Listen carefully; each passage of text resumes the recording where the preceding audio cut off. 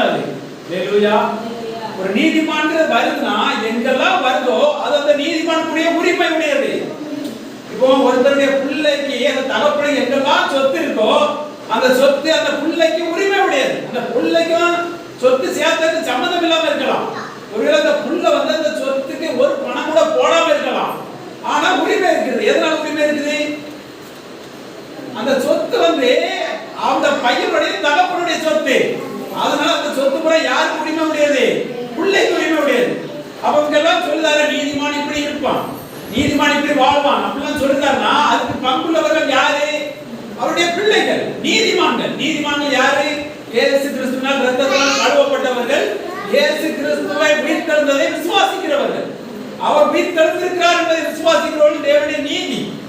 அந்த நீதினால அவன் நீதிமானா இருக்கிறான். அந்த நீதிமானுக்கு என்ன செய்யுமா? ஒரு கேடும் வரா